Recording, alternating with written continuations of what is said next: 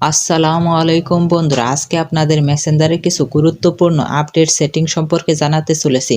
চলুন ভিডিওতে লাইক দিয়ে শুরু করা যাক। আপনাদের সাথে আছি আমি সুমন রেজা, আপনারা দেখছেন টিজিএল সুমন। সর্বপ্রথম মেসেঞ্জার অ্যাপটি আপডেট করা না থাকলে প্লে স্টোর থেকে আপডেট করে নেবেন। এখানে আপডেট লেখা থাকবে, আর যদি ওপেন লেখা থাকে তাহলে আপডেট করার প্রয়োজন নেই। এখন মেসেঞ্জার অ্যাপটি ওপেন করবেন। মেসেঞ্জারে এমন একটি সেটিং যুক্ত হয়েছে, আপনি চাইলে যে কারো মেসেজ সেন্ড করবেন কিন্তু সে বুঝতেই পারবেন না। চলুন প্রমাণ সহকারে দেখিয়ে দিই।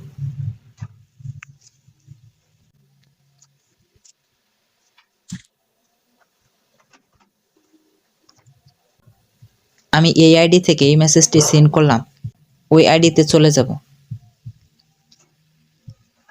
আমি সেন্ড করার কারণে আমার আইডির লোগোটি নিচে চলে এসেছে, এজন্য সহজেই বুঝতে পারবো সে আমার মেসেজটি দেখেছে কিনা।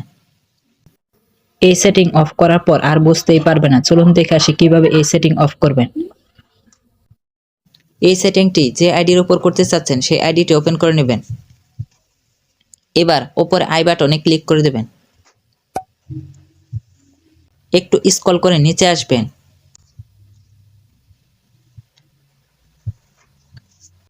প্রাইভেসি অ্যান্ড সাপোর্টের নিচে রিড রিসেপ্ট এই অপশনের উপর ক্লিক করে দেবেন। এই অপশনটি অন আছে, আপনি অফ করে দেবেন। অফ করা হয়ে গেলে ব্যাগ চলে আসবেন। এবার কাজ শেষ। এবার অন্য আইডি দিয়ে মেসেজ দিয়ে দেখিয়ে দিচ্ছি।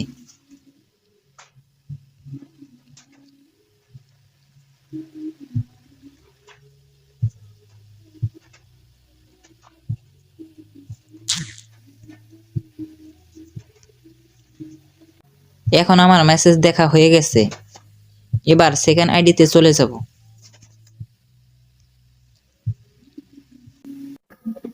এখন এই সেটিং অফ করার ফলে বুঝতেই পারবে না। আমরা অনেক সময় মেসেজ করে থাকি, যদি ভুল হয়ে যায় তাহলে সেটা ডিলিট করে ফেলি।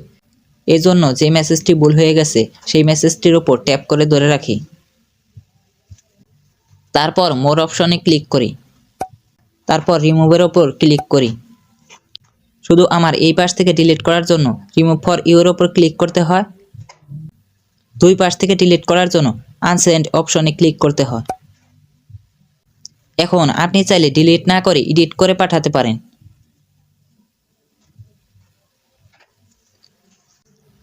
এজন্য যে মেসেজটি এডিট করতে চান সেটার উপর ট্যাপ করে ধরে রাখবেন।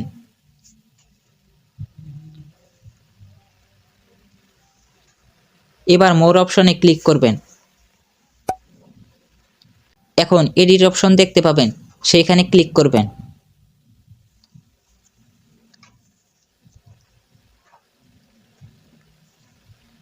এবার সঠিক লেখাটি লিখে দিবেন।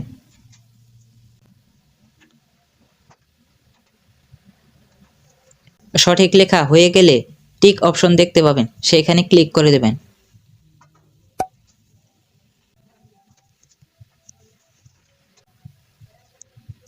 অনেক সময় একই মেসেজ বা পিকচার বারবার পাঠানোর প্রয়োজন হয়, এজন্য যে মেসেজ বা পিকচার বারবার পাঠানোর প্রয়োজন তার উপর ট্যাপ করে ধরে রাখবেন।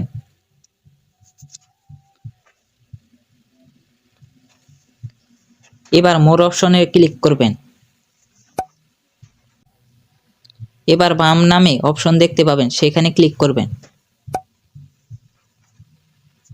এখন সেই মেসেজ বা পিকচার আবারও চলে যাবে।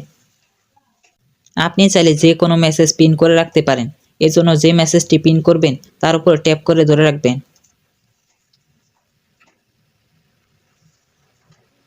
এখন পিন অপশনে ক্লিক করে দেবেন। এখন সেই মেসেজটি পিন হয়ে গেছে।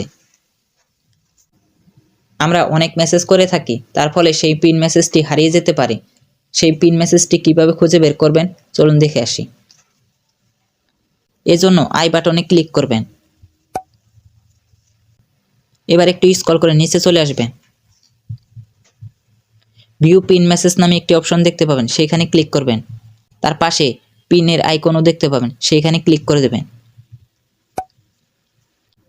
এবার আপনার পিন করা মেসেজটি দেখতে পাবেন, এখান থেকে পড়তেও পারবেন।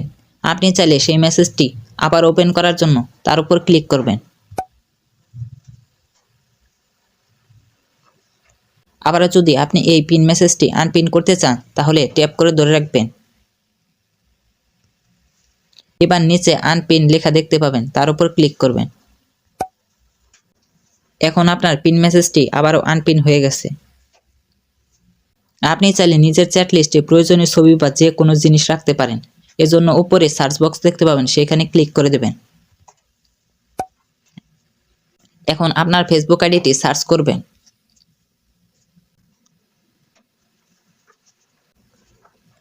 আপনার ফেসবুক আইডিটি সার্চ করার পর উপরে চলে আসবে, তার উপর ক্লিক করবেন। এখানে আপনার প্রয়োজনীয় যে কোনো জিনিস রাখতে পারেন।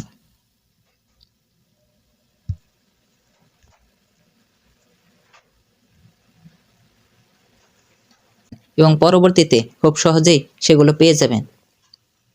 ভিডিওটি দেখে একটু উপকারে আসলেও ভিডিওতে লাইক কমেন্ট করে পাশেই থাকবেন। আবার দেখা হচ্ছে নতুন কোনো ভিডিওতে। ততক্ষণ ভালো থাকবেন, সুস্থ থাকবেন। আল্লাহ হাফেজ।